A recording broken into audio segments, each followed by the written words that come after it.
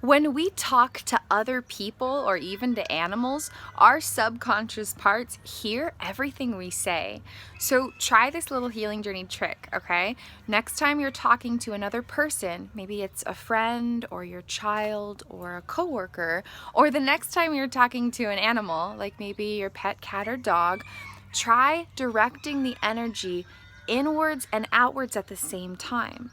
Okay, and so what you're saying might be to somebody else, but a part of you understands that it's also going inwards towards your subconscious parts. So maybe you're talking with your child and you're like, it's okay, sweetie, like, I got you, I'm here for you, it's okay, you can just take your time with this. And in that process, let your subconscious parts feel the energy of your words and your love, as well as directing it outward towards your child. Or maybe if you're talking with your coworker and you're like, oh yeah, like no worries, just like take your time, like, get it to me whenever you can, like, we're in this together. In that moment of voicing those words, have the energy also go inwards towards your subconscious parts. When you're petting your cat or your dog, just be like, I love you so much, I'm so glad you're a part of my life. Have that energy also go inwards and connect with your parts of consciousness.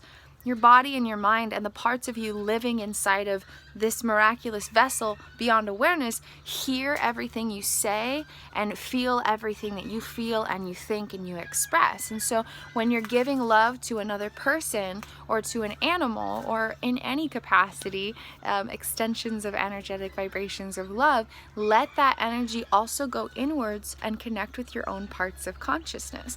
And this is really powerful because a lot of times we might not be able to just take like a whole day to ourselves and just pour love in our beings. Those days are great when it happens, but a lot of times we're moving through life and we've got stuff to do and we've got other people to work with and connect with or help or whatever it might be. And so this is a really powerful way to create space to heal yourself while you're continuing with your life as it is. When you are connecting with patience or love or compassion, and giving that energy away, have that energy also feed your own being.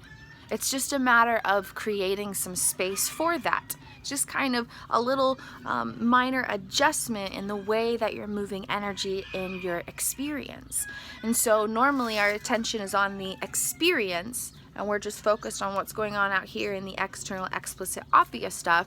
So it just kind of takes a little bit of intention and attention to be like, okay, I'm also connecting with my inner experiencer and the implicit internal aspects of the experience, not just what's outside of me, but also what's inside of me.